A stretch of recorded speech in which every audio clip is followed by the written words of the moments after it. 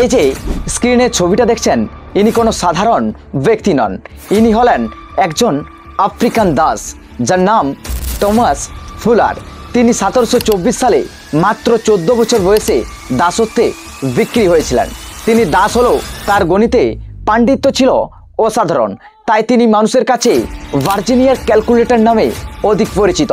তার এই পরিচিতির পিছনে রয়েছে এক অবিশ্বাস্য চোখ ধাঁধানো গল্প। তাকে একবার জিজ্ঞাসা করা হয়েছিল 1.5 বছরে কত সেকেন্ড রয়েছে। তিনি মাত্র 2 মিনিটে উত্তর দেন 4,73,04,000 সেকেন্ড। এছাড়াও আবারও তাকে জিজ্ঞাসা করা হয়েছিল যে 70 বছর 17 দিন 12 ঘন্টা বয়সে একজন ব্যক্তি মারা গেলে তিনি মোট কত সেকেন্ড বেঁচেছিলেন। উত্তর মাত্র তিনি 1.5 মিনিটে দেন 221,05,08,000 সেকেন্ড। সো এরকম ভিডিও দেখার জন্য আমাদের চ্যানেলটিকে সাবস্ক্রাইব করতে ভুলবেন না।